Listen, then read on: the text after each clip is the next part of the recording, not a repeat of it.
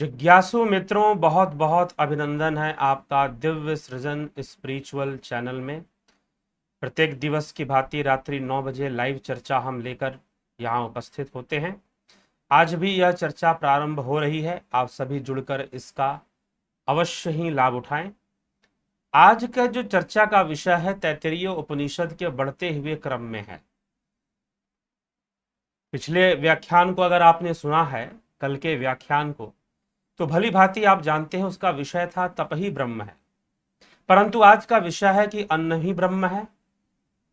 बड़ी विचित्र सी बात है, क्योंकि पिछले व्याख्यान में हमने सुना कि पहली बार जब महाराज भृगु, महर्षि भृगु अपने पिता वरुण देव के पास गए तो यही कंक्लूजन लेकर गए, यही निर्णय निष्कर्ष लेकर गए कि कौन ब्रह्म है, अन्न ही ब्रह्म है। लेकिन उन्होंने कहा कि नहीं, अभी समझना बाकी है, तुम तप करो और स्पष्ट होगा। तो उन्हें समझ में आया कि प्राण ब्रह्म है, फिर समझ में आया मन ब्रह्म है, और सूक्ष्मता में उतरे अपनी तपस्या से तो विज्ञान ब्रह्म है। फिर अंत में आनंदमयी आत्मा को वो जान गए, और उसको जान गए तो फिर भृगु महाराज के पिता देव वरुण देव ने कुछ नहीं कहा कि ठीक है, अब ठीक है। लेकिन अब यहां पर फिर से अन्न को ब्रह्म कहने की बात कही जा रही है। तो क्यों कही जा रही है? क्योंकि जो कुछ भी निर्मित है वह उस ब्रह्म से ही तो है ना, ब्रह्म से ही है। इसीलिए अन्न का बहुत महत्व भी है। तुमने ब्रह्म को जान लिया, जो वास्तव में जो ब्रह्म ज्ञानी है, जो असली में ब्रह्म ज्ञानी है, वह अन्न, प्राण, मन या संसार को भी व्यर्थ नहीं कहते, क्योंकि वो जानते हैं सब कुछ ब्रह्म का ही विवर्त है। संसार को व्यर्थ वही कहते हैं जिनका ज्ञान अभी पूर्ण नहीं हुआ है, अपूर्णता की अवस्था में है। जिनका पूर्ण हो गया वो तो समझ जाते हैं कि संसार ही तो साधन है, और संसार स्वयं ही ब्रह्म की ही अभिव्यक्ति है, जो इंद्रिय जगत में प्रकट होती है। यह संसार इंद्रिय जगत में ही तो प्रकट हो रहा है ना, इंद्रियों की दुनिया में ही तो प्रकट हो रहा है, और कहां हो रहा है? इंद्रियों से परे क्या संसार का अनुभव संभव है? नहीं संभव है। ठीक, तो यह विचारणीय है। तो यह संसार भी ब्रह्म की अभिव्यक्ति है, इसलिए वो संसार की निंदा नहीं करते, वो किसी कर्म की निंदा नहीं करते, किसी का अपमान नहीं करते, उनके लिए सब महत्वपूर्ण होते हैं। इसीलिए अब आगे के अनुवाकों में, छठे अनुवाक तक हमने सुना था भृगुवल्ली के अंतर्गत, तैत्तिरीय उपनिषद भृगुवल्ली के अंतर्गत छठे अनुवाक तक सुना था। अब जो है हम सप्तम अनुवाक से सुनेंगे, जिसमें कि अन्न ब्रह्म की महिमा गाई गई है, अन्न ब्रह्म के बारे में बताया हुआ है कि ऐसा समझ लेना। अब ये जरूरी था। क्यों जरूरी था? क्योंकि वरुण देव के व्यवहार से यह भी आ जाता है, यह भी समझा जा सकता है कि भाई शायद बाकी चीजें व्यर्थ हैं, ब्रह्म ही है, और ये अन्न प्राण आदि तो हाँ ठीक है, ये सब ब्रह्म के शुद्ध रूप नहीं है, परंतु जो कुछ भी बन रहा है, जो कुछ भी निर्मित हो रहा है, वह सब ब्रह्म से ही हो रहा है, वह सब ब्रह्म से ही हो रहा है। तो इसीलिए ब्रह्म को जानने के लिए हमें ब्रह्म से ही, सब कुछ उसी से निर्मित है। और अन्न का महत्व क्या है? और एक गृहस्थ व्यक्ति, विशेषकर गृहस्थ व्यक्ति, गृहस्थ सूत्र तैत्तिरीय उपनिषद में बहुत सारे गृहस्थ सूत्र ही है। मुख्य रूप से सारी बातें गृहस्थ के परिवेश में ही कही जा रही है। तो फिर अब वो क्या कहते हैं अन्न के विषय में, उस पर हम थोड़ी चर्चा करते हैं, देखते हैं आगे के अनुवाक।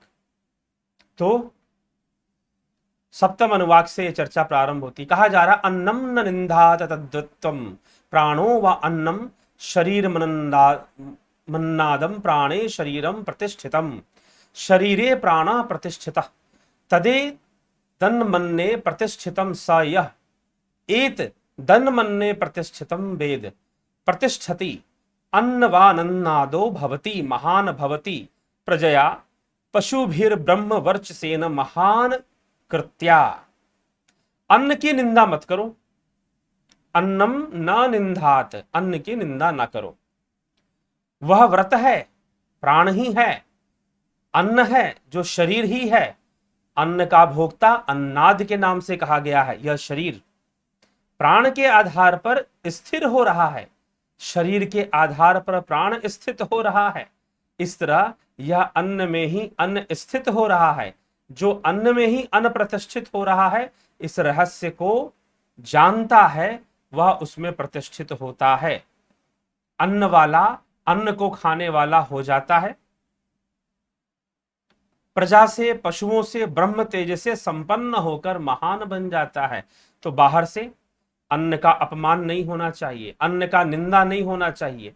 तो एक विशेष भावना इसमें समझाई जा रही है महर्षि भृगु को, भृगुवल्ली के अंतर्गत, कि भाई अन्न की निंदा, अन्न ठीक है, अन्न ब्रह्म का विशुद्ध रूप तो नहीं है, परंतु अन्न का मूल भाव समझना है कि अन्न क्या है। अन्न को मात्र खाने पीने की वस्तु मात्र तक ही ना समझें, वह शरीर को बनाने वाला है, जिस शरीर में प्राण का निवास हो रहा है। अगर अन्न ना होता, शरीर ना बनता, तो प्राण का वास भी शरीर में होने की आवश्यकता नहीं पड़ती। तो अन्न का बहुत ही महत्व है, इसलिए अन्न की निंदा ना करो।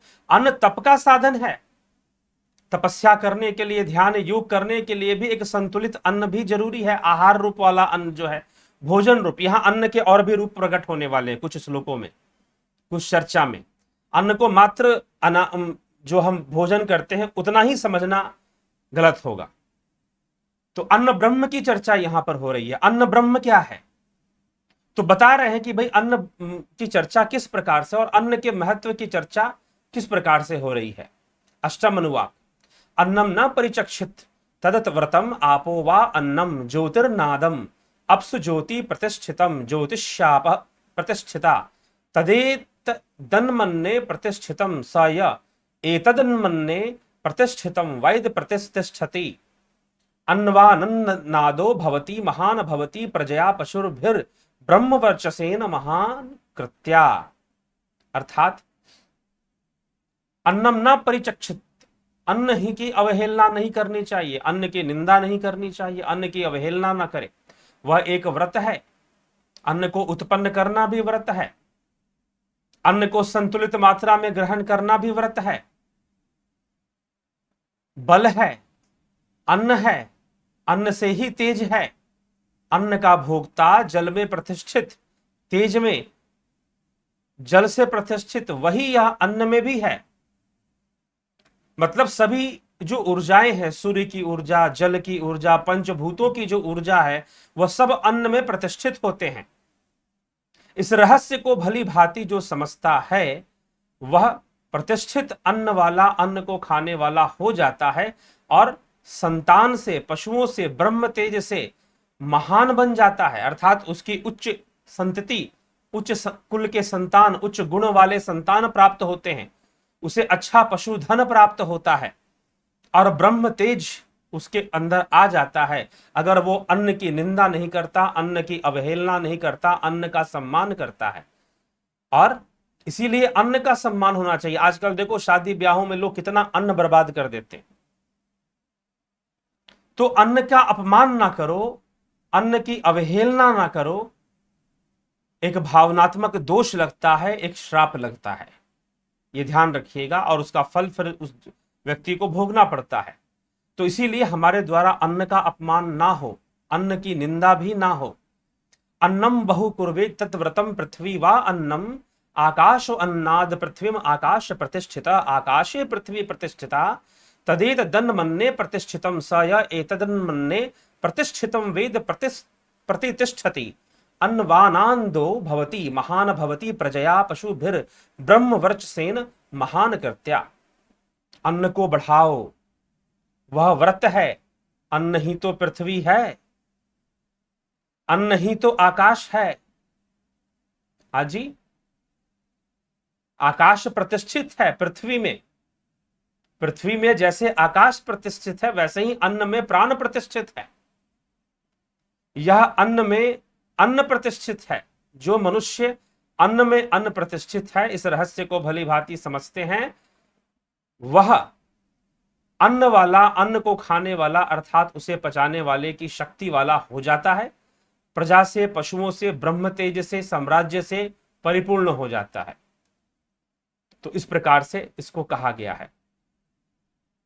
तो अपने घर पर अगर कोई आ जाए, अतिथि कोई इस प्रकार से अगर आ जाए, तो तुम उसकी अन्न से सेवा करो। तुम इतना अन्न एकत्र करो जिससे कि तुम अपने परिवार का भी पेट भर सको और अतिथियों का भी पेट भर सको। ठीक है? और उसे विधि पूर्वक सम्मान के साथ तुम उसको भोजन करा सको। अगर वो तुमसे अधिक ज्ञान वाला है तो फिर ऊंचे स्थान पे बिठाकर उसको भोजन कराओ। अगर कम भी ज्ञान वाला है तो भी उसे सत्सम्मान ही भोजन कराओ, ताकि उसे बुरा ना लगे। ठीक? क्षेम इति वाची योग क्षेम इति प्राणपानौ कर्मेति हस्तयो गतिरिति पादयो विमुक्तिरिति पायो इति मानुष्य समज्ञा अथ दैवी तृप्तिरिति वृष्टो बलमिति विद्युति यश इति पशुषु ज्योतिरिति नक्षत्रेषु। ठीक? तो अब उस परमात्मा की महिमा भी गाई जा रही है साथ में, अन्न की महिमा के बाद, कि वह वाणी में रक्षा शक्ति के रूप में है, प्राण और अपान में है, प्राप्ति और रक्षा में है। तो इस प्रकार से अन्न की महिमा इसमें गाई गई।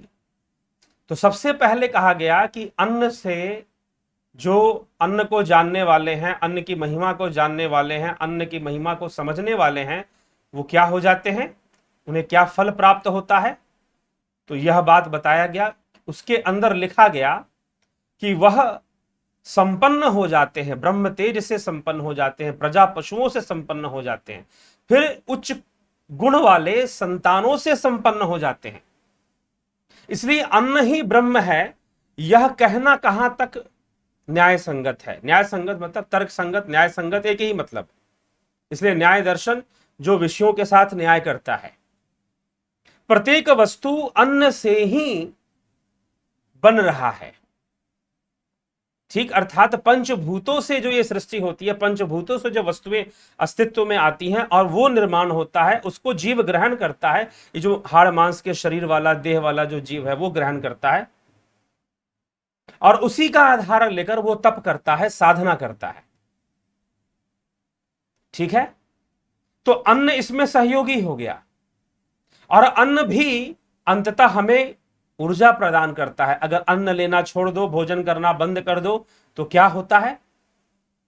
फिर कैसी साधना, फिर कैसा ध्यान, कैसी तपस्या।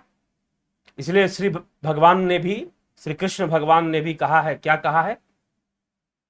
श्री कृष्ण भगवान कहते हैं, श्री कृष्ण भगवान क्या कहते हैं? श्री कृष्ण भगवान कहते हैं कि संतुलित अवस्था में बहुत अधिक खाने वाला, बिल्कुल नहीं खाने वाला, अन्न का त्याग कर देने वाला, बहुत अधिक सोने वाला, बिल्कुल नहीं सोने वाला, इन लोगों से योग नहीं साधने वाला। तो एक संतुलित रूप में उसे आहार का आधार सहयोग लेना पड़ता है, अन्न का सहयोग लेना पड़ता है, अन्न का सहयोग लेना पड़ता है। तो सारी चीजें अपने आप सहायक बन जाती हैं। तो प्रकृति सहायक है, बाधक नहीं है। प्रकृति में, प्रकृति के भोगों को कैसे ग्रहण करना है ये आना चाहिए, प्रकृति के भोगों को कैसे स्वीकार करना है ये समझ में आना चाहिए। तो कोई भी तत्व बाधक नहीं है, सब सहयोगी ही बनेंगे, बाधक कोई नहीं बनेगा। लेकिन जब मनुष्य का लक्ष्य सही ना हो, जब उसका लक्ष्य समाधि ना, मोक्ष की प्राप्ति ना, जब उसका लक्ष्य योग करना ना हो, योग करना ना हो, तो फिर सारी समस्याएं तो है ही। इसीलिए जिज्ञासुओं विचार करना है। और इस उपनिषद के अंदर अंत में कुछ श्लोकों में, अभी तो कुछ श्लोक और भी बाकी है इसमें, तो उस पर हम चर्चा करेंगे आगे। तो अभी आखिरी ही कुछ श्लोकों का अंश जिसको हमने अभी पढ़ा, उसमें अन्न के महत्व को विशेष रूप से बताया गया कि अन्न की निंदा मत करो, अन्न की अवहेलना मत करो, तुम्हारा अपने पास अन्न एकत्र करो, स्वयं अपने परिवार को भी भोजन करा सको, उनका भी सेवन कर सको, सेवा कर सको, और साथ ही साथ अतिथियों का भी सेवा कर सको, परिवार का भी पोषण कर सको। इस प्रकार से तुम अपने अन्न को जरूर ही एकत्र करो। इसके लिए तुम जरूरी उद्यम भी करो, जो तुम्हें कर्म करना चाहिए वो कर्म भी करो, अर्थोपार्जन भी करो, और अन्न को बर्बाद मत करो। नहीं तो आजकल बहुत सारे लोग कुछ नहीं समझते, कई परिवारों में हमने देखा कि उनके अंदर उनके घरों में ऐसी प्रैक्टिस है। और मुझे दुर्भाग्य होता है कि गरीब घरों में, मुझे कई बार मैंने, ऐसा नहीं, अमीर घरों में भी देखा है, पैसे के नशे में होटल से खाना मंगा लिया, कहीं से मंगा लिया, खाया हुआ नहीं, फेंक फाक दिया। घर का खाना भी फेंकने में कोई सोचना नहीं है। और कई बार तो मैंने ऐसा भी देखा कि बहुत गरीब परिवार, झुग्गी झोपड़ी में रहने वाले ऐसे लोग, वो भी अन्न को बर्बाद करने में नहीं ज्यादा सोचते, करते रहते हैं। और कुछ घरों में तो कुछ लोगों को ऐसी आदत होती है कि खाना लेना है तो छोड़ना ही है, अंत में थोड़ा सा जरूर बर्बाद करेंगे, जरूर छोड़ेंगे। ठीक है, तो जरूर, हाँ, कुछ दूसरे उद्देश्य से छोड़ते हो, मान लीजिए किसी पशु या को खिलाना है, पक्षी को खिलाना है, तो कम से कम जूठन तो नहीं छोड़ना चाहिए, आप अलग से निकाल दीजिए उसके लिए। ठीक है, तो कुल मिलाकर ध्यान देने वाली बात है, अन्न के प्रति ध्यान दिया जा रहा है। अन्न बहुत सबसे बड़ा, अब भोग, जितनी भी भोग वृत्तियां हैं, आहार, निद्रा, भय, मैथुन, इनमें सबसे पहला सहयोगी तो आहार ही है। दूसरे भी सहयोगी हैं, ऐसी बात नहीं है, यह मत सोचना कि दूसरे सहयोगी नहीं है। प्रारंभिक अवस्था में सब सहयोगी हैं। जब तक शास्त्र सम्मत तरीके से भोजन नहीं करोगे, शास्त्र सम्मत तरीके से कर्मों को नहीं करोगे, वृत्तियों को भी शास्त्रों के नियमों में नहीं डालोगे, तब तक सब कुछ पाप का ही कारण बनेगा, नहीं तो सब पुण्य हो जाएगा और सब सहयोगी हो जाएगा योग मार्ग में। तो यह मुख्य रूप से यह बात समझने की योग्य है कि ये सारी चीजें सहयोगी हैं, बाधक नहीं है। ठीक जिज्ञासु, तो अन्न की महिमा भी यहां पर गाएगी, जिस कारण से इस विषय को लिया गया है कि अन्न ही ब्रह्म है। ठीक, क्यों लिया गया है, इस विषय को क्यों लिया गया और क्यों ऐसा चर्चा आया, उस पर हमने देखा इस विषय को। ठीक है, तो अन्न भी ब्रह्म है, हम समझे और इसका अनुसरण करें। बहुत बहुत आभार आप सभी का। लाइव चर्चा लाइव होता है, लेकिन यह व्याख्यान है, व्यस्तता, पूर्व निर्धारित व्यस्तता थी, जिस कारण से यह वीडियो आपको प्रीमियर वीडियो के रूप में देखने को मिला। लाइव चर्चा नहीं तो फिर आपके कमेंट्स भी नहीं पढ़ पाएंगे हम आज, तो लेकिन आप कमेंट्स करें जरूर, समय आने पर जरूर उस पर चर्चा करेंगे। जो भी आपके कमेंट्स में प्रश्न होंगे, विषय, जिस विषय पर भी आप पूछेंगे, तो आगे भविष्य में उन पर चर्चाएं होती हैं। कई लोग कमेंट करते हैं, पूछते हैं, तो चर्चाएं भी होती हैं। ठीक है, आगे भी चर्चाएं होती रहेंगी। और चलिए, इसी के साथ विराम देते हैं, विश्राम देते हैं इस कार्यक्रम को। आगे बढ़ते हुए हम फिर से इस तैत्तिरीय उपनिषद के इस व्याख्यान को आगे बढ़ाएंगे और इसकी व्याख्या को आगे बढ़ाएंगे। ठीक है, आप सभी जुड़े रहें, बने रहें, चैनल को सब्सक्राइब भी कर दें। बहुत बहुत आभार आप सभी का, और शेयर करें, दूसरों तक पहुंचाएं। धन्यवाद।